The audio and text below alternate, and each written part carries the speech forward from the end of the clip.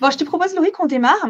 Oui, on va pas Parce tarder. qu'il y a quand même beaucoup de contenu. Donc, on démarre. Alors, aujourd'hui, on va parler des stratégies marketing incontournables pour plus de leads et de CA en 2024.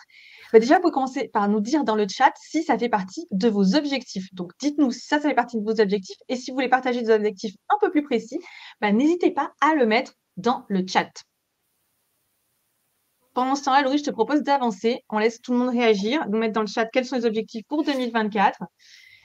N'hésitez pas à nous poser vos questions, comme ça on peut les faire apparaître et ou nous partager vos objectifs, on les fait apparaître et on pourra vous répondre aussi. Alors, rapidement sur nous, hop, je vais me l'afficher aussi.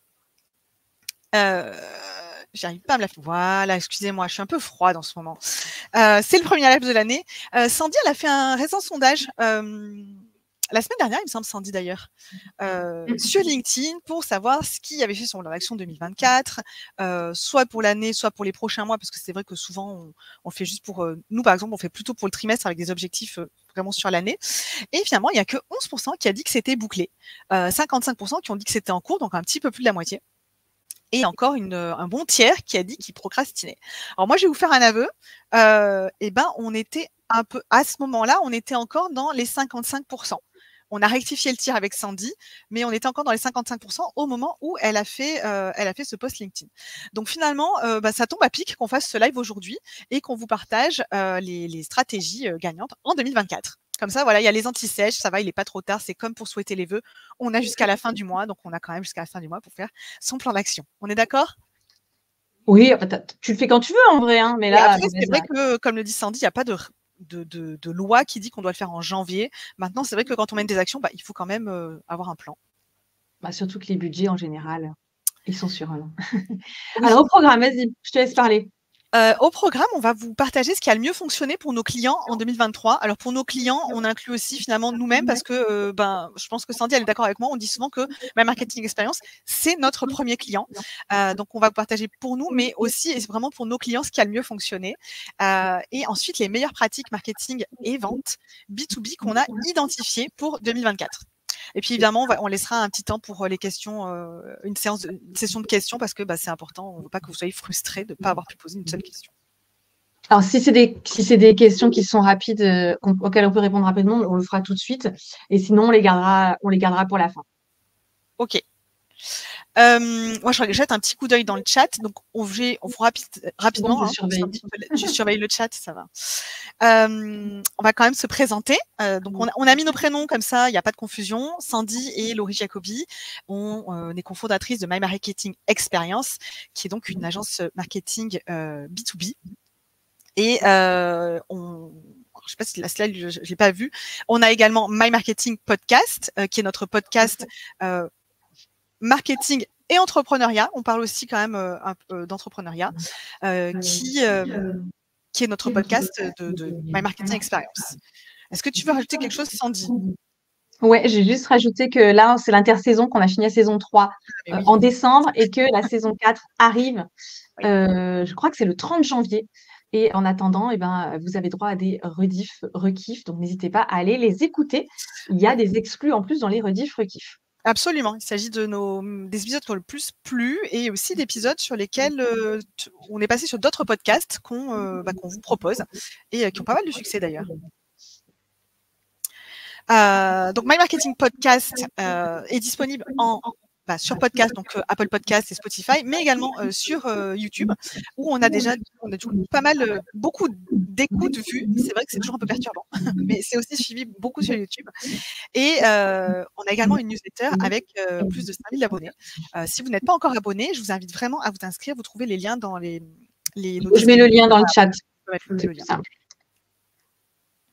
Et on va rentrer dans le vif du sujet. Mais du coup, as-tu une petite question ou un commentaire du chat à partager? Alors là, pas tout de suite. Non, on a plutôt les épisodes de fin d'année étaient top. Alors, merci beaucoup, Marie, d'avoir signalé que les épisodes étaient top sur la série Go 2024. On a des coucous de partout. Non, pour l'instant, je pense qu'on peut avancer. Il n'y a pas de questions. Je pense qu'en fait, tout le monde attend le contenu. Okay. Oui, parce que je vois un objectif 2024 toujours en cours de rédaction. Team à la bourre, Charlène. Charlène, tu n'es pas seule, rassure-toi. Non, compassion, Charlène. Nous, c'est Laurie n'a toujours pas fait le budget. Voilà, je l'ai Ah, balancé c'est en bon comme direct. ça balance? Nous, on n'a pas de budget. Donc, pour l'instant, on ne peut pas dépenser d'argent ou alors on peut trop en dépenser. Je ne sais pas, mais on n'a pas de Rassurez-vous, budget. Sandrine, c'est pas privé. Allez, on avance. Alors, le contexte 2023-2024. Alors, moi, j'ai pas envie de faire la séquence sinistrose, journal de 20 heures et on va tous mourir. Donc, le contexte 2023-2024, c'est un contexte qui, alors, c'est un peu durci. On va pas refaire l'histoire. On est tous au courant que, on a un contexte politique, économique, de l'inflation, un contexte qui est pas simple. Ça a démarré, on va dire, en 2023. J'oublie déjà la période Covid, c'était il y a seulement 3 ans, mais bon. Est-ce que ça veut dire que tout va mal? Non, il y a plein d'entreprises qui vont bien, il y a plein de choses qui se font et sur lesquelles on peut rebondir, mais on peut pas ignorer qu'il y a un contexte d'incertitude qui est, particulièrement, prégnant et en 2024, ça va potentiellement, probablement se poursuivre. Alors moi, je suis pas analyste, économique, politique. N'hésitez pas à mettre dans le chat d'ailleurs quel est votre ressenti. Est-ce que vous avez l'impression que c'est pareil que 2023, que ça va mieux, que ça se tend? Voilà. En tout cas, on n'est pas là, ni pour se voiler la face, ni pour, se bourrer le mou et dire: «On va tous mourir, on va tous fermer nos boîtes». Pas du tout et c'est pas du tout l'objet de ce live. L'objet de ce live, c'est de dire: «OK, il y a des circonstances particulières, il y a, un contexte. Comment on fait aujourd'hui pour générer des leads?» Alors déjà, voilà, on va aller sur, le terrain de qu'est-ce qui l'année dernière a fait que, a permis d'obtenir les meilleurs résultats et donc pour ça, comme l'a dit Laurie, on va s'appuyer sur ce que nous, on a vu chez nos clients et on a aidé nos clients à faire et également ce qu'on a fait pour nous. Donc je vais juste, faire un petit disclaimer, un petit récap sur qui sont, nos clients. Alors nos clients, ce sont principalement des TPE, des PME et des, entrepreneurs. Donc ça va être ça peut être des personnes qui sont seules, mais avec un business qui grandit. Alors aujourd'hui, on appelle ça des solopreneurs, appelez, comme vous voulez, mais principalement, ce sont des TPE et des PME et quelques groupes plus grands également. Donc qu'est-ce qui s'est passé? La première, on va dire vraiment la première stratégie qui a, le mieux fonctionné et ça peut, vous paraître genre, dingue parce qu'en fait c'est pas un truc hyper c'est pas un hack. D'ailleurs, vous allez voir, on va pas parler de hack du tout, de choses avec, vraiment, hyper, de l'impact, tout de suite. C'est renforcer le positionnement. Pourquoi? Alors pourquoi ça a eu lieu principalement l'année dernière? Alors, le positionnement évidemment, c'est un truc à travailler tout le temps. C'est pas juste 2023 et tiens si je faisais mon positionnement et 2024 et tiens je faisais mon positionnement. Pas du tout. Mais on constate que dans des périodes où il y a de l'incertitude et 2 il y a quand même, un flux médiatique où beaucoup de gens prennent la parole, beaucoup de marques prennent la parole, arriver à être clairement identifié pour être identifiable et identifié, eh bien, c'est ce qui permet de mieux capter l'attention de son marché, de ses prospects. Donc concrètement, ça consiste en quoi? Bah, la première chose qui a été très efficace, c'est d'analyser, de refaire un tour sur les personas, sur sa cible, sur ce qu'elle voulait. Donc c'est un travail qu'on fait régulièrement avec beaucoup d'entreprises. Mais là, j'ai cité un cas peut-être un peu plus particulier un éditeur de logiciels avec lequel on a fait ce travail, en début 2023 d'ailleurs et pour arriver à un repositionnement. Alors le produit n'a lui-même pas changé, enfin la solution elle a évolué mais pas non plus, du tout au tout. Mais, la manière de le présenter, la manière de le positionner a évolué pour le montrer plus de personnalisation, puisque c'était vraiment son point fort, mais finalement, on n'en parlait pas, tant que ça. Et clairement, ce positionnement a été très, très, très bien accueilli par le marché, par les prospects qui y voyaient un message différent de ce qu'ils avaient l'habitude de voir chez les autres. Donc demandez-vous peut-être, on verra pour 2024, mais en tout cas, le positionnement, c'est toujours quelque chose d'utile à travailler et ça a donné vraiment des résultats en termes de clarté de message et en termes d'impact sur les prospects. Est-ce qu'il y a des questions par rapport à ça? Donc voilà, vraiment le positionnement plus clair qui différencie et qui répond mieux aux attentes des acheteurs. Je vais passer à la deuxième stratégie qui a le mieux fonctionné en 2023 alors pour nos clients et du coup pour nous aussi, là je nous inclus, dans l'offre, c'est de réviser l'offre. Alors je vais quand même dire un truc, on n'a pas fait réviser l'offre à tous nos clients, hein, parce qu'il y en a, ça allait. Mais, pour ceux qui en avaient besoin et qui sont arrivés en disant, «J'ai un problème d'offre». Alors il y en a, ils ont hyper compris que le problème, c'est l'offre et il y en a, ils arrivent avec un problème en 2023, ils n'avaient pas forcément conscience que c'était l'offre.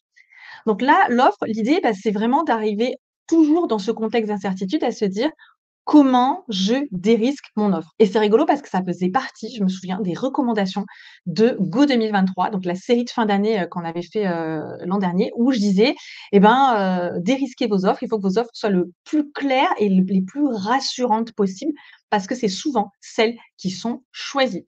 Bim, là, pour le coup, j'avais pas raté. Ce qu'on a voulu faire, c'est vraiment rendre le choix évident.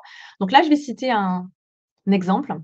En exemple, c'est un client dans le secteur de l'immobilier. Alors, c'est pas une agence immobilière, c'est un client qui vend des services aux agences immobilières. Et l'idée, c'était en fait, il avait une offre, il avait même plusieurs offres, c'était plutôt bien fait, mais c'était confus et les clients n'arrivaient pas à voir la valeur ajoutée, de cette offre et donc du coup, en fait, c'était plus difficile de signer l'offre qu'ils voulaient vendre puisque, les gens ne voyaient pas trop et donc dites-vous bien que dans un climat, d'incertitude, les gens vont avoir encore plus de mal à prendre des risques, donc il faut être encore plus rassurant. Donc là, ce qu'on a revu, c'est l'offre pour la rendre beaucoup plus claire, pour augmenter à fond la valeur perçue, éliminer le maximum d'éléments de friction. Et là, ça a été une révélation, puisqu'en fait, sur l'année 2023, réviser l'offre a permis à ce client d'augmenter son chiffre d'affaires de 30% sans prospecter plus. Donc ça, donc globalement, il a augmenté le taux de conversion, hein. C'est tout simplement ça là, je pense qu'il est quasiment à 100, ce qui est rare, hein. Je pourrais pas clairement, je pourrais pas m'engager à faire ça pour tout le monde. Déjà, je commencerai par le faire pour moi, si j'y arrivais. Mais même si on a un très bon taux de conversion, on n'est pas on n'est pas non plus à 100. Mais tout ça pour dire qu'une offre que vous avez bien retravaillée, ça va fonctionner vraiment, notamment si vous voyez qu'il y a ce petit, vous voyez ce petit chill de: «Ah, c'est trop risqué, j'y vais pas». Est-ce qu'il y a des questions par rapport à ça? Bon, Laurie, je te laisse garder un œil. Alors moi, je coupe mon micro parce qu'en fait, on m'a signalé qu'il y avait un gros écho quand, on parle toutes les 2 donc c'est pas que Sandy exige que je me taise, c'est juste pour que ce soit plus agréable pour tout le monde. Si, tais-toi! Ça marche. Ça fait bien son affaire, hein, rassurez-vous. Alors, la troisième, on va dire ce qui a vraiment eu un gros impact en 2023, pour nos clients et alors là, vraiment pour nous aussi, je vous le dis tout de suite, c'est tout ce qui est, marketing de contenu, stratégie de contenu, couplé avec la page entreprise LinkedIn. Donc ça veut dire quoi? Ça veut dire qu'en fait, les entreprises, parmi nos clients qui ont commencé vraiment à travailler leur, stratégie de contenu, à publier du contenu régulièrement, du contenu avec de la valeur, du contenu qui parle à leur audience, à leurs prospects. Ça a vraiment été alors aujourd'hui on dit un game changer, mais on va dire un révélateur sur 2023. Pourquoi? Eh bien, tout simplement parce que, ces entreprises qui étaient jusqu'à présent opaques, où finalement, quand on allait voir des clients, ça se passait bien, on voyait des gens. Eh bien, on s'est rendu compte que pour, obtenir plus de confiance, eh bien, partager du contenu, montrer qu'on est expert, qu'on a des éléments d'autorité, qu'on a des clients, hein, valoriser, mettre en avant des témoignages clients. Donc là, je fais une stratégie de contenu, j'en parle en 30 secondes à peu près. Eh bien, ça permet de faire baisser ces remparts, de faire baisser cette crise de confiance de: «Est-ce que je vais y aller? Est-ce qu'ils sont fiables?» Faut voir qu'aujourd'hui, là où c'est assez facile de prendre la parole, même si tout le monde ne le fait pas, mais c'est quand même facile de prendre la parole et peu coûteux, eh bien là où la différence va se faire sur les contenus qui vont être utilisés et la manière de les utiliser. Et ça, couplé avec une page entreprise LinkedIn alimentée régulièrement, plus avec des collaborateurs qui s'engagent, donc je vous fais un grand écart là avec tout ce qui est autour de LinkedIn Employee Advocacy, où vous avez des collaborateurs qui vont également prendre la parole, soutenir, partager ou pourquoi pas produire du contenu. Ça a été une énorme différence. Donc pas d'étonnement pour nous que, 2023, ça a vraiment été l'explosion. Par exemple, on n'a jamais été autant sollicité pour faire des formations, en entreprise. Pas plus tard que ce matin d'ailleurs, hein, moi j'étais avec un prospect qui me disait, «Moi j'aimerais bien, ils sont motivés mais ils savent pas comment faire». Ouais, et profitez de cette motivation parce que clairement ça a eu un impact impressionnant sur pas mal de nos clients en 2023. Est-ce que certains veulent réagir à ça? Est-ce que vous-même, vous avez augmenté les contenus, la production de contenu en 2023 et vous avez vu vous avez vu un impact, n'hésitez pas à le dire. Alors, je parle de création de contenu de l'entreprise. Vous pouvez nous dire aussi si vous l'avez fait à titre personnel pour votre personal branding. Je crois que c'est juste la slide d'après en plus, donc n'hésitez pas à réagir. Vous, comment vous avez vécu cette année 2023 et vous et les contenus, ou au contraire, vous me dites, bah, en 2023, je l'ai pas trop fait, mais j'envisage de le faire pour 2024. N'hésitez pas, partagez dans le chat, venez nous dire ça. Et si vous avez même un retour d'expérience à faire, bah, dites-le, hein, ça pourra certainement en aider d'autres. Alors, j'enchaîne avec, bah, la prise, là, ça a vraiment été la prise de parole du CEO sur LinkedIn. Je pense, Laurie, que tu aurais des choses à dire dessus, mais comme tu me fais de l'écho, bah, on va attendre. Heu, je la vois la remuer au loin. En fait, on n'est pas assises exactement à côté. Elle doit être à peu Au près prochain live, j'aurai ma vengeance. ouais, là, venge-toi, tu as raison. Mais la prise de parole du CEO ou de la CEO, a vraiment eu un impact en 2023, on l'a vu.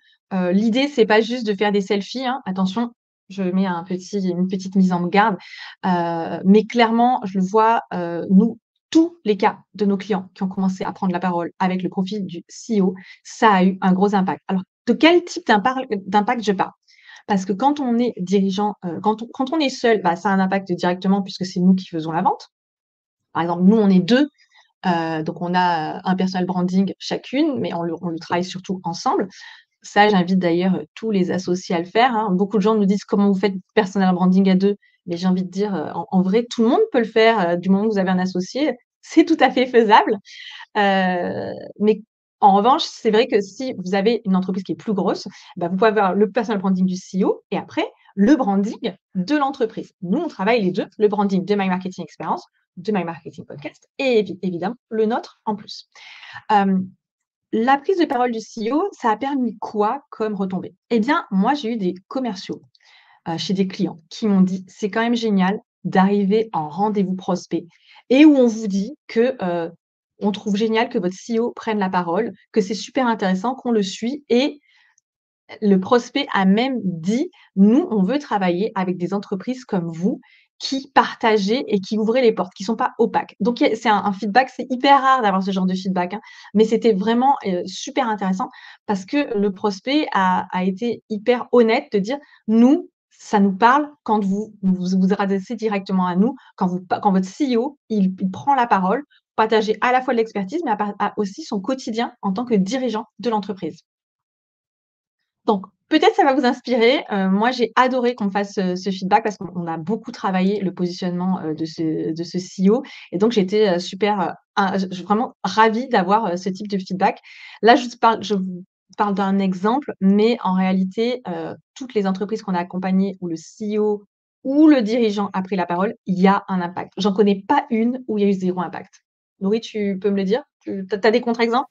Non, j'ai aucun contre-exemple, j'ai que des bons exemples et je dirais que même, parce on a eu un commentaire sur la fréquence, comme c'était difficile à tenir, dans la durée, même avec, peu de posts. Alors je sais qu'il y a plusieurs écoles, tout ça. Alors, il vaut mieux être régulier avec un post par semaine que d'en faire plein et qu'après de s'absenter. Parce que, moi j'ai vu dans nos clients des dirigeants qui faisaient un post par semaine, mais bien travaillés et avec, sur lesquels derrière ils avaient une vraie stratégie d'engagement auprès des personnes qui, venaient commenter et clairement c'était payant. C'était payant, ça a augmenté leur visibilité, ça a même augmenté leur lead.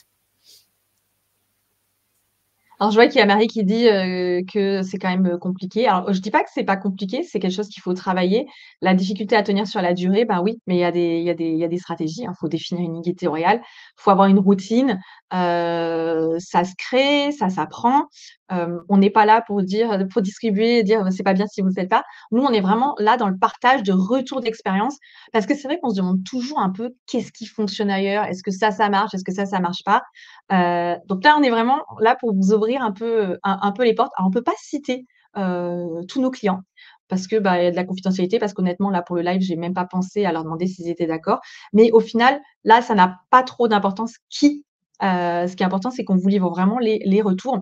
Alors, nos clients sont plutôt dans des ventes qui sont, on va entre moyen terme et des cycles moyens à longs, donc assez techniques, avec des paniers moyens qui sont élevés et clairement, ça aide à créer plus de confiance et quelqu'un qui a plus confiance les cycles vont se raccourcir et surtout, il va être susceptible d'acheter à un petit peu plus cher et rajouter dans le panier. Ça, c'est vraiment l'objectif. Stratégie suivante, alors là, on va parler prospection. On va rentrer un peu dans le dur. Mais tous ceux qui pourraient croire que la prospection est morte, non, hein, pas tout de suite en tout cas. Et notamment la prospection alors multicanal. Qu'entend-on par multicanal? Là, on va parler principalement de, LinkedIn et de l'email. Donc c'est rigolo parce que moi, j'entends toujours dire que le mail est mort, chaque année, hein. Je pense que depuis qu'on existe, chaque année, on nous annonce la mort du mail. Bah, écoutez, pas tout de suite. Vous pouvez prendre une pelle et le déterrer parce que le mail n'est pas mort. Et en tout cas, pour prospecter, mail et LinkedIn, ça reste hyper puissant. Par contre, ce qui est certain, c'est qu'on ne le fait plus comme on le faisait en 2020. Donc le bonjour, prénom, le truc un peu à la sauvette qui pouvait encore marcher, les petits hacks, qui pouvaient encore marcher en 2020, bon, vous oubliez, c'est pas ce qu'on a fait, sur 2023.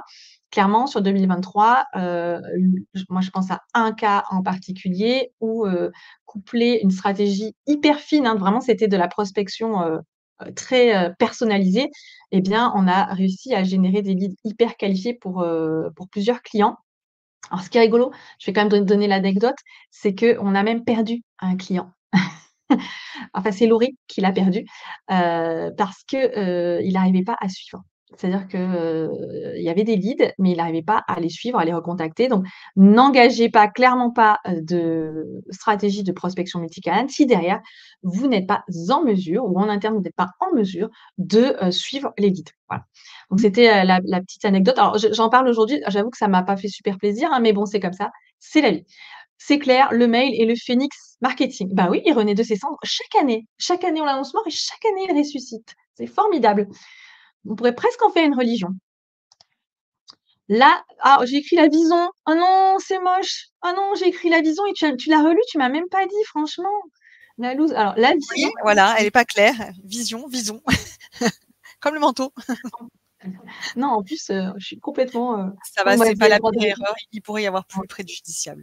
Vous avez absolument le droit de vous moquer, c'est tout à fait acceptable. Mais donc une stratégie qui en est une, sans en être une, je dirais que c'est une philosophie.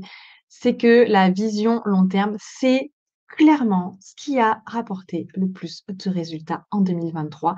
D'arrêter d'avoir cette vision hyper court-termiste, on veut des résultats tout de suite maintenant. Et pourquoi c'est dangereux? Parce qu'en fait, souvent, quand on a cette vision court terme, on va arrêter d'exécuter une stratégie avant d'avoir des résultats. Et c'est ça qui plombe tous les résultats. En réalité, c'est souvent ça qui fait le manque de résultats, c'est le fait de ne pas tenir suffisamment longtemps. Donc, clairement, de tout ce que je vous ai dit, et j'aurais pu en rajouter d'autres, mais ça aurait été trop long, les résultats ont été atteints grâce à une vision long terme. Donc, pas en 3 mois. En 3 mois, on commence à avoir des résultats, mais pas en 2 semaines. Voilà, clairement pas en 2 semaines. Nous, regardez, si on prend My Marketing Podcast, alors je vous parle même pas d'un média parce que là, c'est encore pire, mais parlons-en quand même. C'est les résultats, les gens qui l'autre jour, j'ai vu quelqu'un qui a dit: «Ah, j'ai lancé mon podcast, je suis déçu, j'ai eu que 1500 écoutes, en 2 mois». Je dis: «Mais what the fuck?» Enfin, je veux dire, on a tous commencé à zéro et c'est très bien, en fait. Avant d'avoir 10 000 par mois, tu vas commencer à en avoir 1500. Enfin, je veux dire, il faut corréler. On ne fait pas tout, à moins d'avoir une armée derrière soi. Mais quand on est seul ou une TPE ou une PME, c'est pas comme ça que ça se passe. Il faut l'accepter. Il faut vraiment l'accepter. Donc, ayez cette vision long terme. Et alors, c'est rigolo, ce matin, je lisais un article de Philippe Silberstein, je vous invite à le suivre, c'est super intéressant, parce qu'il disait que de toute façon, ça sert à rien d'avoir une vision court terme, parce que les prédictions à court terme sont au moins aussi fausses que les prévisions à long terme, parce que de toute façon, par essence, on est dans un contexte d'incertitude. Donc, essayez de retenir ça. S'il y a un truc à retenir là, c'est ça. Alors, je regarde un peu les opportunités business, mais aussi impact sur la marque employeur. Oui, Pauline, bien sûr. Alors, tu as enlevé le commentaire de Pauline, mais c'est très vrai. Tout. Alors pour moi, business, ça inclut aussi la marque employeur, les partenariats, les opportunités médiatiques, tout ce qui est, long terme, bah, ça s'inscrit là-dedans. Absolument. Alors, est-ce que vous voulez qu'on passe maintenant à ce qu'on vous recommande, à ce qu'on a identifié comme les meilleures pratiques marketing et vente B2B identifiées? Je dois faire un peu d'hypoglycémie, ça me alors déjà, je vais vous demander, Est-ce que je parle trop vite? Dites-le moi, parce que j'ai tendance à être un peu fusée. Je m'emporte. Alors là, déjà, j'ai occupé mes mains pour éviter qu'elles partent dans tous les sens. Donc dites-moi, est-ce que vous voulez réagir? Heu, est-ce que vous avez aussi constaté en 2023 la même chose? Est-ce que vous avez constaté, que ces stratégies ont été payantes? Est-ce que vous avez appliqué? Alors, je vais essayer de remonter un peu. Moi, personnellement, j'ai préconisé à mon arrivée dans l'entreprise, donc je pense qu'on parle de personal branding, mais la direction ne voit pas la valeur ajoutée. Ce serait d'ailleurs une de mes questions: comment convaincre la direction? Ah! Bah, il y a des armes, mais c'est illégal. Non, j'ai alors convaincre la direction, du coup, Larissa, est-ce que tu peux alors déjà, désolée, je te tutoie et Larissa, est-ce que tu peux reformuler tes questions? Parce que du coup, convaincre la direction d'investir dans quoi ou de mettre en place quoi? Est-ce qu'on parle de personal branding? Est-ce qu'on de voilà, de quelle stratégie tu parles? Parce que du coup, dans ta question, Alors comme Larissa, je moi la je lis me souviens, Sandy, elle a posé la question au moment où tu as parlé, de, LinkedIn et d'engager ses collaborateurs. d'accord. Alors, convaincre la direction, bah, je pense qu'en fait, le mieux, c'est d'aller parler et de présenter aujourd'hui déjà ce que font les concurrents. Donc déjà, première chose, moi, mon petit tips, si à partir du moment où on voit que ses concurrents font mieux, sont meilleurs et que du coup, ils sont plus visibles, j'assure que ça va vraiment les titiller. Parce que, bah, c'est humain, si on voit que les autres le font et surtout ses concurrents, on va se dire: «On va quand même pas leur laisser la place». Parce que clairement, hein, c'est laisser la place aux autres, hein. C'est même leur ouvrir la porte, tout simplement. Donc moi, j'irai, sur ce terrain-là. C'est aussi montrer qu'il y a un plan, qu'il y a des personnes dans l'entreprise qui sont prêtes à le faire et dans ces cas-là, faut moi, ma recommandation, c'est qu'il y ait de la formation pour que, tout le monde soit au carré, pour que tout le monde sache comment l'utiliser et souvent, en fait, les directions, c'est pas tant qu'ils voient pas la valeur, c'est qu'ils savent pas le mettre en place et qu'ils ont peur qu'il y ait des erreurs qui soient commises parce qu'ils sont pas capables de le gérer. Donc, parce qu'il y a un défaut de compétences ou de connaissances. C'est pas que ce sont des idiots, c'est que, bah, quand on n'a jamais fait, on a un peu peur. Du coup, on a tendance à le mettre sur le côté. Donc moi, je dirais montrer qu'il y a une opportunité parce que déjà les concurrents, ils y sont. Si les concurrents n'y sont pas, montrer que dans d'autres secteurs d'activité, ça a des opportunités. Peut-être alimenter avec des contenus et proposer un plan d'action. Bah, voilà, d'abord, on va commencer par ça, puis on va, former les équipes, puis on va faire un calendrier éditorial, on peut parler de ça. Donc du coup, ce sera beaucoup plus clair. Vraiment beaucoup plus clair. Moi aussi, je présenterai comment ça va s'inscrire dans la stratégie digitale de l'entreprise. Parce que c'est sûr que si c'est pour avoir un énième outil qui vivote un peu comme ça en marge, ça n'a pas trop d'intérêt. Mais en revanche, si on montre qu'on peut le lier et que ça va et on peut montrer les intérêts business, dire par exemple, ça va servir notre marque employeur, ou ça va permettre de générer des leads, ou ça va permettre de, partager des témoignages clients, montrer notre autorité, notre légitimité. Bah, là, en fait, je dis pas qu'en 2 jours, tu auras la validation, mais ça va quand même donner, du grain à moudre à la direction. N'hésite pas si ça te suffit, ça te va comme question. Alors, il y a Pauline qui dit: «Votre silence sur LinkedIn est le cash machine de vos concurrents». Ben voilà, exactement. C'est une, super phrase choc, Pauline. C'est exactement, ce que je vous disais. Ça résume parfaitement ma pensée. Pauline, il faudra qu'on fasse un live ensemble, là, parce que clairement, on a fait un avec Pauline il y a quelques mois. Je vous invite à le voir, à l'écouter. C'était sur les émotions, dans le marketing B2B. Et il était top, faut aller fouiller sur mon profil d'ailleurs, vous le trouverez. OK, alors je vais avancer du coup sur 2024. Ah, il me manque une partie. J'avais mis un sous-titre, c'est pas grave. Donc, pour 2024, il y a des choses qui vont revenir, mais il y a des choses un peu nouvelles. Donc évidemment, hein, tout ce que je vous ai dit sur 2023 n'est pas à jeter à la poubelle, hein, pour 2024. On va éviter. En revanche, ce qui est sûr, c'est que cette année et ça, c'est vraiment un truc qui est ressorti de tous les épisodes de My Marketing Podcast qu'on a fait sur la fin de l'année. Je ne sais plus qui a dit les épisodes fin d'année étaient top. Alors pour ceux qui ne les ont pas découverts, en fin d'année, on a sorti on a fait un événement, podcast sur les tendances marketing 2024 et il y a 7 épisodes. On a invité 8 experts, 8 spécialistes, en marketing, communication, business et ce que je veux partager aujourd'hui, c'est un peu les idées clés qui sont ressorties de tout ça sur, bah, en 2024, qu'est-ce qu'on va faire? Donc tout ce qui est revenu, qu'on parlait de réseaux peu importe si on parlait de réseaux sociaux, si on parlait de médias, d'influence, peu importe, tout ce qui est systématiquement revenu, c'est affiner, renforcer vos fondations et la connaissance de votre marché. Pourquoi? Eh ben, tout simplement parce qu'en fait, ça change et ça évolue très vite. Ce que voulaient vos prospects, votre communauté, votre audience, ben, en 2022, c'est plus la même chose qu'elle vit en 2023 et en 2024. Donc, comme ce qu'ils vivent a changé, eh ben, vous devez adapter votre connaissance, la connaissance de leur douleur. Potentiellement, on va y venir. Ce qui va aller derrière, c'est vos offres et vos messages. Donc là, typiquement, ben, en début d'année, sur la fin 2023, début 2024, je pense que là, et on n'est même pas fin janvier, c'est le troisième client dans lequel que j'accompagne, ou qu'on accompagne, parce qu'il y a Laurie également, dans le repositionnement. Quatrième, Quatrième, tu viens de ouais, signer le en un quatrième. mois et demi. En un Ah non, mois et moi demi. j'en ai signé 3 depuis Oh, début ça va, janvier c'est et ta tu en belle. as signé un Voilà. ce matin. Non, mais Pas parce que- que je dis pas grand-chose, mais il faut quand même que je le dise. ouais. Donc, Laurie a fait tout un post, vous irez voir, sur le fait qu'il n'y a pas de compétition entre nous. Bullshit! Ah non, il n'y a pas de compétition entre nous, mais il y a une petite compétition entre nous. C'est sur le fait de celle qui signe le plus de clients. C'est de l'émulation, n'est-ce pas? C'est de l'émulation, ce n'est pas de la compétition. Bref, ceci dit à part, c'est qu'aujourd'hui, sur la partie positionnement offre, eh bien, il y a beaucoup d'entreprises qui se rendent compte que, il y a un travail à faire et si c'est votre cas, ben, n'hésitez pas, vous prenez pas la tête, vous posez pas, trop de questions. Testez des nouvelles offres cette année, en tout début d'année. Continuez vraiment d'avoir votre connaissance de votre marché, donc passez des entretiens, allez à leur rencontre. Ça paraît tout bête, on vous le et d'ailleurs, j'ai l'impression de dire un truc que tout le monde sait déjà, mais il faut le dire quand même parce qu'on l'oublie. Mais je vais vous faire un aveu, même nous, parfois, on pourrait avoir tendance à l'oublier. Donc on se fait un petit round encore où on va se motiver pour aller parler à un maximum de personnes. Donc par exemple là, pour certains d'entre vous, je ne sais pas, j'ai pas vu, si vous recevez un message privé de moi qui vous dit, quels sont les sujets qui vous intéressent actuellement? Parce que je le fais beaucoup, comme contenu, quels sont les c'est normal, c'est parce qu'en fait, pour continuer de vous proposer des contenus qui vous intéressent, on a nous-mêmes besoin de savoir de quoi vous avez besoin, qu'est-ce que vous vivez.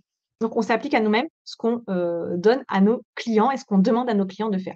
Donc affinez, renforcez vos fondations sur connaissance de votre persona, donc de votre cible, connaissance, affinement de votre positionnement et de vos offres.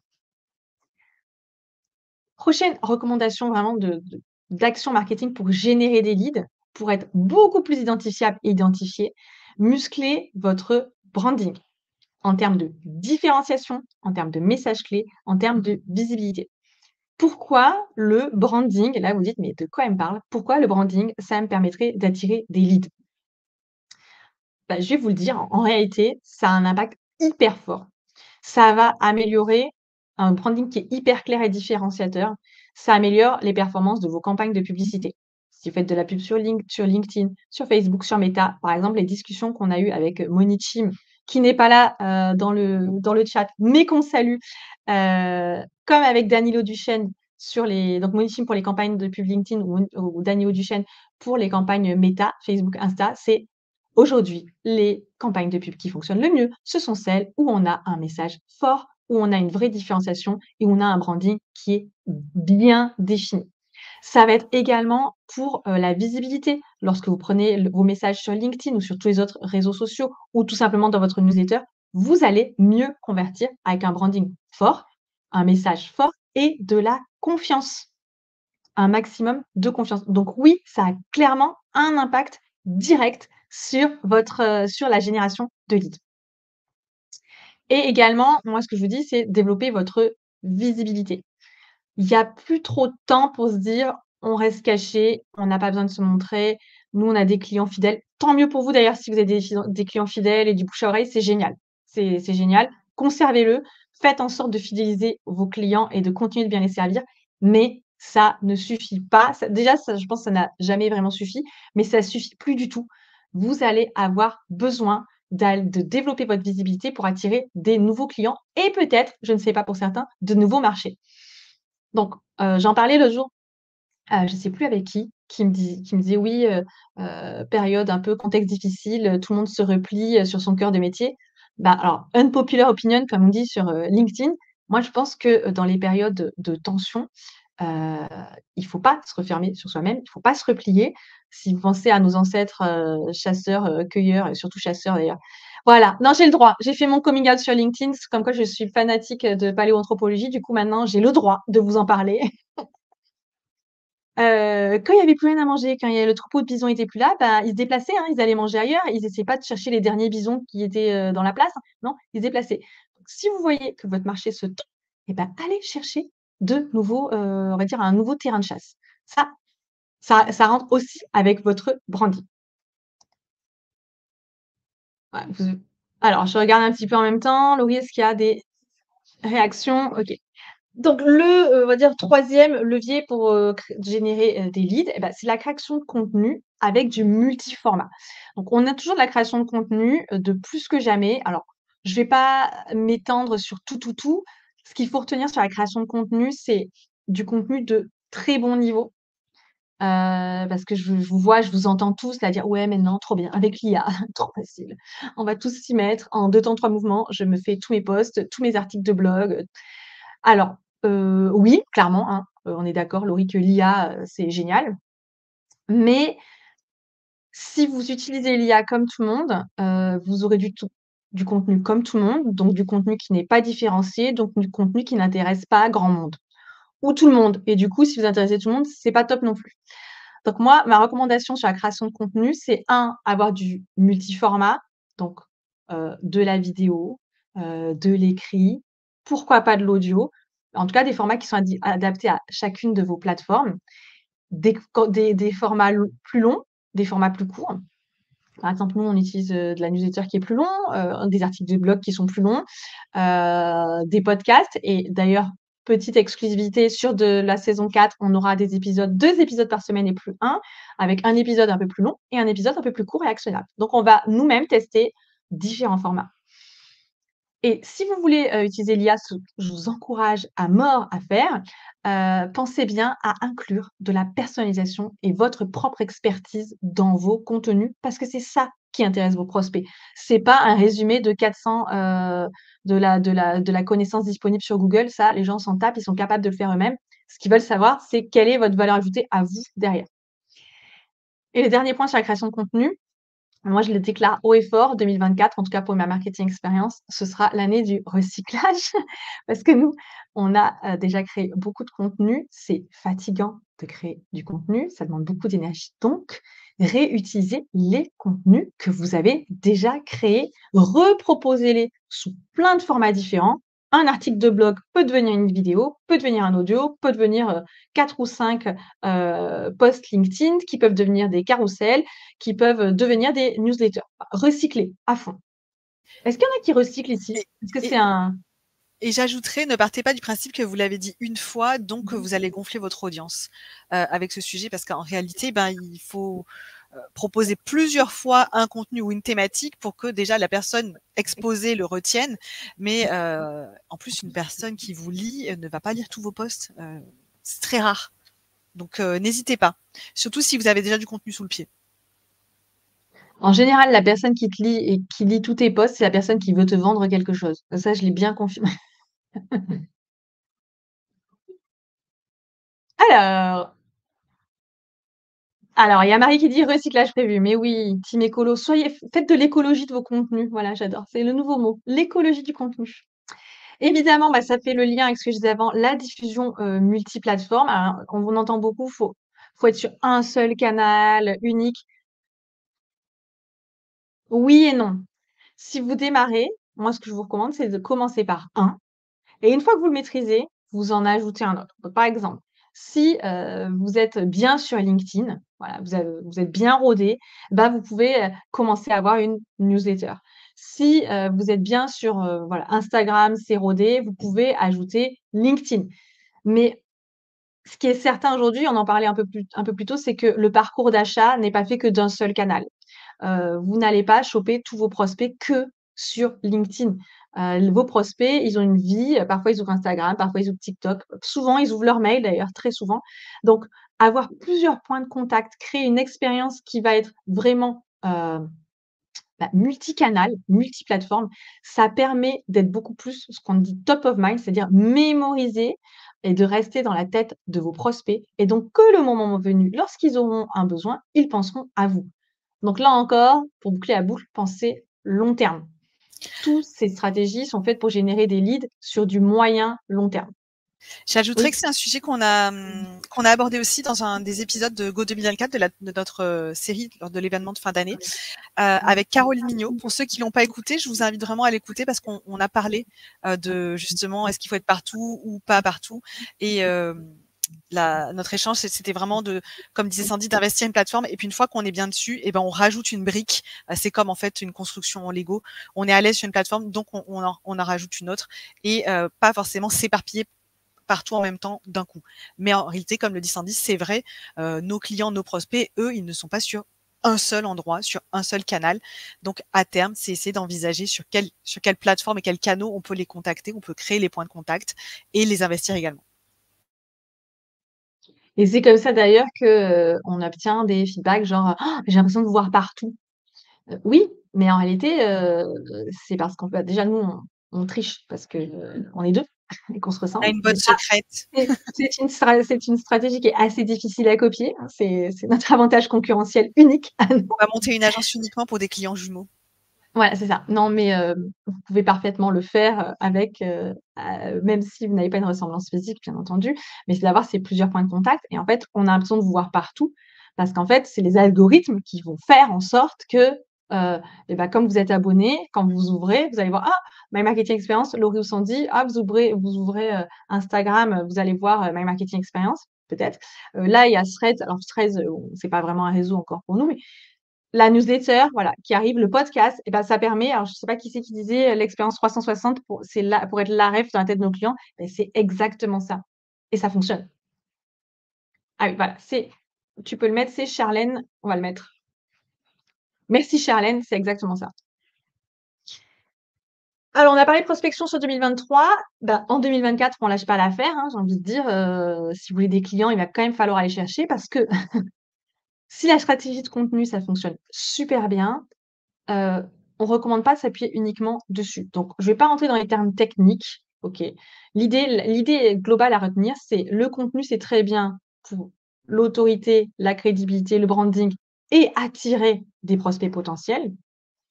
Seulement, si c'est du long terme, pour aller capter, les prospects un peu plus rapidement, la prospection chaude et la mise en relation sont vraiment des moyens de générer des leads. Qu'est-ce que ça veut dire la prospection chaude et la mise en relation? La prospection chaude, c'est le fait d'aller vous-même engager la conversation. D'ailleurs, j'ai mis conversion, mais je vais mettre conversation. Mais c'est pareil parce qu'en fait, la conversation précède la conversion. C'est un super lapsus. C'est un super lapsus. C'est d'aller vous-même identifier, par exemple, parmi les personnes qui interagissent avec votre contenu ou avec certains contenus, quels sont les bons profils qui correspondent à votre cible et d'aller les aborder, mais pas pour leur vendre quelque chose, mais juste pour engager la conversation. Donc ça, il y a un épisode qui est entièrement dédié à ça dans Go 2024, qui est l'épisode d'ailleurs avec Caroline Mignot. Et on a un excellent épisode aussi sur le sujet avec Fabien Ferreira, qui est paru peu de temps avant. Donc ceux qui sont avides de connaissances sur la prospection chaude, on vous mettra les liens pour que vous alliez les écouter. C'est vraiment des mines d'or. Ce qu'il faut retenir, c'est que non, on n'y va pas à la sauvage, à la barbare, en disant bonjour prénom, cherchez-vous des services en marketing, cherchez-vous des services de sécurité privée? Non, on y va, on pose des questions, on s'entretient, on s'intéresse sincèrement à la personne et on engage la conversation. Et vous verrez que, déjà, même s'il y a des personnes qui ne répondent pas, il y a des personnes qui répondent. Déjà, ça, c'est bien. Parce qu'il y a moins de, on va dire, il y a moins de barrières, on se sent pas agressé par quelqu'un qui essaye de vendre quelque chose. Et si vous jouez le jeu, si vous le faites vraiment sur du long terme avec à la fois du contenu et à la fois engager la conversation, en réalité, les leads, ils vont arriver plus vite que ce que vous croyez. Quand je dis lead, c'est un rendez-vous, après un contrat, peut-être, hein, mais ça, je peux pas engager, mais en tout cas des rendez-vous, télécharger un livre blanc, par exemple. Ça, c'est des choses qui peuvent se faire très facilement avec cette technique. Mais évidemment, Bah, ça demande quand même un minimum de travail. C'est pas juste, je prends 1000 personnes, j'envoie le même message à 1000 personnes et ça part. Non, il y a de la personnalisation. Même s'il y a de la personnalisation, vous pouvez quand même faire de l'automatisation sur les premières étapes. Je vais pas rentrer dans le détail, parce que c'est pas l'objet de ce live, mais pensez que juste faire du contenu, ça a pu marcher à une époque. Heu, je pense sincèrement qu'il faut prendre le taureau par les cornes et aller chercher un petit peu vos clients pour engager la conversation, pour accélérer un petit peu le processus de génération de la demande. C'est bien de jouer sur les 2 tableaux. Est-ce qu'il y en a qui le font? Est-ce que vous aussi vous prospectez? Alors moi j'ai un gros décalage, j'ai un gros décalage, donc on les traitera après. On arrive sur tout ce qui est stratégie d'influence et partenariat que j'avais pas mis là en 2023, mais enfin, ça en fait, ça il y en a déjà eu des prémices en 2023, mais clairement ça va exploser en 2024. Alors moi, j'ai regroupé dedans tout ce qui est médias, les vidéos, les podcasts. Prenez la parole. Par exemple, là, on est en plein dans un média. On prend la parole sur LinkedIn. Vous pouvez, également vous faire inviter, essayer de vous faire inviter sur des podcasts ou faire des lives conjoints avec des partenaires. On voit souvent c'est souvent des solopreneurs qui le font, mais franchement, faites-le, même si vous êtes une PME, vous rejoignez, vous faites des partenariats et vous prenez la parole ensemble. Ça fonctionne super bien. Non, on a le cas, avec un client qui fait un partenariat avec, ce sont 2 PME qui font un partenariat et elles vont faire des lives LinkedIn. Elles vont vraiment prendre la parole conjointement pour partager leur audience et offrir un contenu à valeur ajoutée à leur audience. Donc ça, moi, j'ai envie de dire, ce sont des choses qui sont assez faciles à mettre en place, peu importe la taille de votre entreprise, que vous soyez seul, que vous soyez un grand groupe. Ça, c'est vraiment des stratégies qu'il faut explorer en 2024 et j'ai mis également dans la partie influence tout ce qui est employee advocacy. On l'a vu, former et aider vos employés à prendre la parole sur les réseaux sociaux, notamment sur LinkedIn, c'est une stratégie d'influence, tout simplement. Alors déjà pour votre marque employeur, mais également pour les personnes, vos prospects, parce qu'elles vont se rendre compte que les personnes qui vivent, travaillent dans votre entreprise sont fiers de l'entreprise et donnent envie de la rejoindre, d'être client ou de la rejoindre en tant que collaborateur.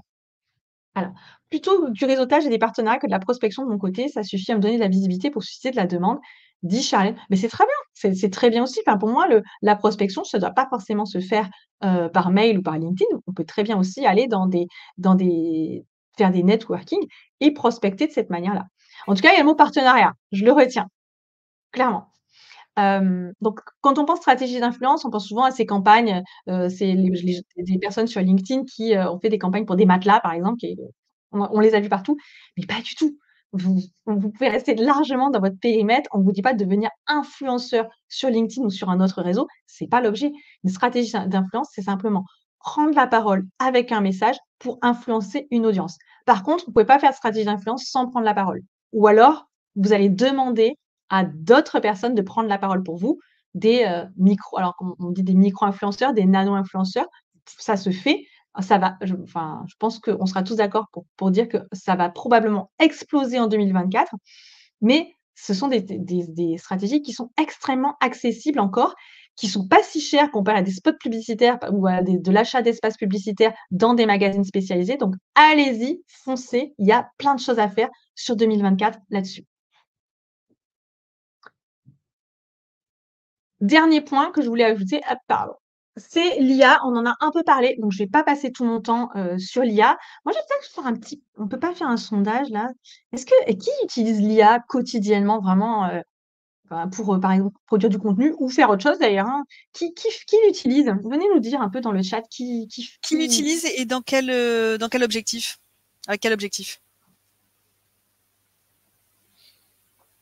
Alors, Marie nous dit: «Je suis influenceuse et oui, fin 2023, j'ai commencé à recevoir beaucoup de demandes».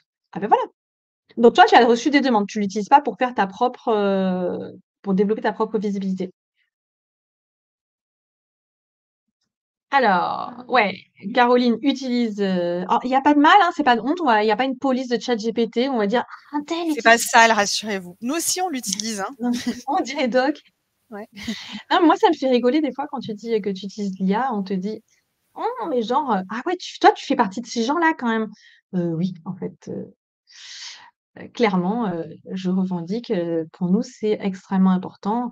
Alors on fera peut-être un autre live dessus sur comment on l'utilise, mais c'est un outil aujourd'hui, l'IA c'est vraiment au service vous devez le voir comme quelque chose au service de votre performance pour créer du contenu. Si vous voulez, le next step, c'est l'automatisation. Moi, j'adore l'utiliser pour analyser des données. Alors, je vais vous donner un petit tip sur, comment je l'ai utilisé. Heu, Par exemple, j'ai pris tous les avis de la for de des personnes qui ont suivi notre formation LinkedIn. Donc notre formation LinkedIn Expert qui est une formation, LinkedIn mais en ligne, en vidéo et on en a beaucoup, on a pas mal, d'avis clients. Donc en fait, je voulais refaire la page de vente, j'ai pris tous les avis clients, je les ai tous copiés-collés et j'ai dit à ChatGPT: «Agis comme un expert en analyse de données, spécialisé», alors moi j'ai dit: «Spécialisé dans, l'étude, de la cible», donc un peu spécialisé étude de marché et analyse du persona et je lui ai demandé, parmi tous ces témoignages clients, d'identifier quels étaient, les problèmes exprimés, les problèmes, objectifs exprimés par, les personnes, qui avaient suivi la formation, et également les bénéfices qu'ils ont perçus, les bénéfices rationnels et les bénéfices émotionnels. Et bah, ChatGPT m'a fait un travail de fou parce qu'il m'a tout, listé, dit: «Voilà, selon, l'analyse, il c'est voilà, ça révèle ça, ça, ça et ça» et du coup, j'ai pu utiliser ces données pour améliorer la page de vente. Tout simplement pour améliorer le pitch de la page de vente et refaire, bah, tout simplement l'améliorer pour améliorer la conversion. Donc utiliser ChatGPT, ça peut c'est ultra puissant pour beaucoup de choses, pas juste créer du contenu, pour analyser aussi vos données et je vous encourage à le faire parce qu'en fait, aujourd'hui en marketing, je vois beaucoup de personnes l'utiliser pour faire des posts LinkedIn franchement nazes, pour beaucoup d'ailleurs, hein. Nous, on a un radar à ChatGPT. Ah, il y en a, c'est très, très flag, hein. Il y en a, c'est très, très pourri, Ouais. mais il y en a, c'est très, très bien et il y a plein de méthodes pour le faire bien. Moi aussi, je l'utilise, pour LinkedIn, pour certaines structures, mais surtout, essayez de l'utiliser pour vos données également. Voilà, je plante une petite graine mais il y a pas mal de choses à faire. La chose surtout à ne pas faire, c'est de ne pas l'utiliser, de dire: «Non, j'attends, c'est pas terrible, je veux pas».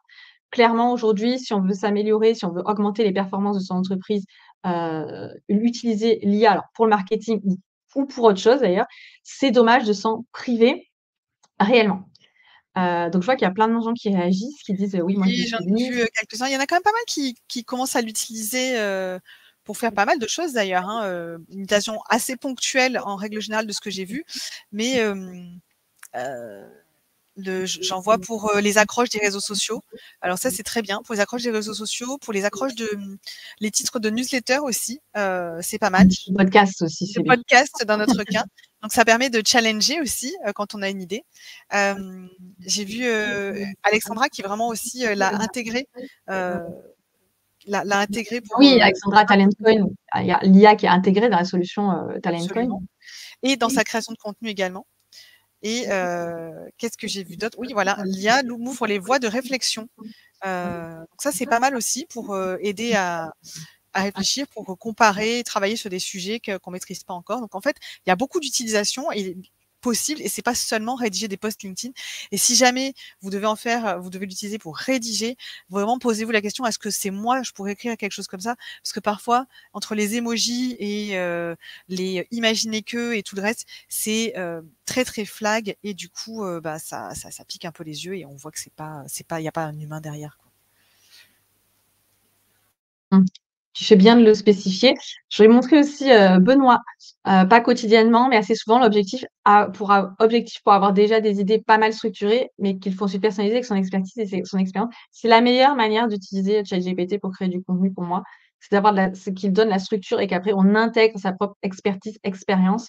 Oui, par exemple, j'aurais pu faire quasiment tous ces slides avec ChatGPT, sauf qu'on a déjà du contenu dessus, donc mais à chaque fois, je vous ai livré des cas clients, de l'expérience, de l'expertise et c'est ça que recherchent aujourd'hui, vos clients, vos prospects. C'est qu'est-ce que vous en pensez? Quelle est votre expérience et qu'est-ce que vous pouvez apporter de plus que les autres à ce niveau-là? Donc top, merci d'avoir partagé ça, Benoît. On est presque dans les temps, attends. Pour aller plus loin, Laurie, moi ce que je vous propose, Oui, c'est, on va le mettre là. oui. C'est qu'en fait, tout ce qu'on s'est dit alors une partie de ce qu'on s'est dit, il y en a beaucoup plus dans l'e-book. C'est, dans l'e-book Go 2024, qui rassemble vraiment tout ce qu'on a vu ensemble et beaucoup plus puisque vous avez en plus tous les épisodes de la série Go 2024 plus les résumés des épisodes, des idées d'action marketing, l'analyse de toutes les tendances. Vraiment, on nous a dit à plusieurs reprises, c'est vraiment, ça mériterait d'être payant, tellement il y a de la valeur dans cet e-book. Donc, merci déjà à tous ceux qui nous l'ont dit parce que ça fait ultra plaisir. Oui, c'est énormément de travail. On a sué sang et eau avec Laurie. On a fini sur les rotules pour le faire, mais on est extrêmement fiers de cet e-book. On a de super bons retours. Donc, moi, ce que je vous encourage à faire, c'est vraiment à le télécharger. Laurie, si tu arrives à mettre le lien à l'intérieur. Ah ben, je vois, il y a Coralie qui dit déjà reçu les tops, il faut que je finisse ces épisodes. Donc, vous avez en plus, on a voulu insérer des cadeaux et il y a plus de 1 000 € de cadeaux et de bonus à l'intérieur parce qu'on est allé faire le tour de nos partenaires qui ont été hyper généreux, qui nous ont donné des livres blancs, qui nous ont donné des bons de réduction, genre plein de formations. Nous aussi, on en a mis plein également. Donc, allez-y, allez le télécharger. Il est hyper complet. Vous aurez beaucoup plus que dans ce live encore. Et comme ça, vous serez armés pour 2024. Ce que vous pouvez aussi faire si ce n'est pas encore fait, c'est vous abonner à My Marketing Podcast. Et pourquoi pas, si les épisodes vous plaisent, laisser un 5 étoiles avec un petit mot et juste nous dire coucou, ça nous fera plaisir. Alors, il arrive, j'ai juste un tout petit souci donc, avec mon ordinateur. Donc, n'hésitez pas, attendez un instant, je vais le poster, sinon vous reviendrez. Mais là, pour l'instant, je ne sais pas pourquoi ça ne fonctionne pas. Ah mince, zut. Bon, sinon, on le mettra et puis chacun ira le chercher. Il y a quand même le lien à l'écran. On a essayé d'être hyper synthétique, d'être dans les temps. Est-ce qu'il y a des questions qui remontent? On a essayé de les traiter au fur et à mesure pour pas que que si vous ayez besoin de partir, vous ayez quand même eu la réponse à votre question. Ou alors, on a été juste hyper complète et tout le monde part avec sa réponse. Voilà. C'est bon, déjà, bravo. Moi, je vois rien. J'ai pas du tout. Ça va, bon, ça va, tu auras le droit d'aller manger. Tu seras pas puni. Cool. Alors, il y en a qui me disent qu'ils utilisent ChatGPT pour les objets de campagne emailing. Il y a Nicolas qui dit attention, analyse de données avec ChatGPT. Alors, absolument, on met pas des données sensibles. Mais moi, c'était pas des données sensibles du tout, hein. C'était des données publiques, en fait. Donc, il y avait pas de c'était des avis Google ou des avis qui étaient déjà publiés. Donc, il y avait rien de sensible. Mais effectivement, c'est un bon rappel. Hop, il y a Coralie qui dit l'objectif c'est de comparer, de travailler sur le sujet que je ne maîtrise pas encore. L'IA m'ouvre des voies de réflexion, je poursuis mes recherches. Excellent, très bonne méthodologie. Est-ce qu'il y a des dernières questions? Parce qu'il est 13h30 et je pense que s'il y en a qui sont en hypoglycémie, on va les lâcher. Moi. Mais toi? Merci Pauline, c'est gentil. Voilà, merci à tous en tout cas pour tous ceux qui sont restés jusqu'au bout, c'est vraiment top. Ah, oui, en plus, c'était pas un super horaire parce qu'il y a beaucoup de live à cette heure-ci aujourd'hui. On s'est tous donné le mot. Donc, c'est pas grave. Alors, moi, je salue ceux qui nous voient en replay. Merci de nous regarder en replay. C'est trop cool. N'hésitez pas à aller vous procurer votre exemplaire. Et si vous n'avez pas le temps, de toute façon, de tout regarder en entier, vous avez l'essentiel de ce qu'on s'est dit dans l'e-book Go 2024. Et on se dit à bientôt pour un prochain live. Moi, ce que je vous propose, éventuellement, s'il y a des sujets qui vous intéresseraient qu'on traite une prochaine fois, n'hésitez pas, mettez-le dans le chat. Je vais le laisser ouvert encore à quelques minutes pour que vous puissiez réagir et nous dire, OK, moi, j'aimerais bien un live sur ça, j'aimerais bien, voilà le sujet qui m'intéresse. Comme je vous l'ai dit, nous, on est en plein milieu on va questionner notre audience et nos personas pour savoir ce qui les intéresse et ce dont ils ont besoin actuellement. Donc, voilà. Rendez-vous ce petit service. C'est un petit service qu'on vous demande. S'il y a des sujets que vous voudriez qu'on traite, que ce soit en live, dans le podcast, peu importe, dites-le nous. On le fera avec plaisir. Enfin, si ça reste dans notre cadre et de zone d'expertise. Et même si vous écoutez en replay, n'hésitez pas, hein, vous pouvez le mettre en commentaire. On les regardera, on sera notifié. Donc, on en prendra connaissance. Et si vous avez d'autres questions ou quoi que ce soit, vous n'hésitez pas, Sandy et moi, on est sur LinkedIn. Vous pouvez nous envoyer des petits messages. On essaie d'être à jour dans nos messageries, même si on reçoit pas mal de messages, mais on se fait un devoir de répondre à tout le monde. Merci à tous d'avoir été présents. Merci d'avoir assisté. J'espère que ça vous a plu. Et avec Sandy, on va essayer de faire régulièrement des lives sur LinkedIn. Alors, pas toutes les semaines non plus, mais on se retrouvera très bientôt pour un prochain live dont peut-être l'un de vous aura choisi le sujet. À très bientôt. Merci à tous.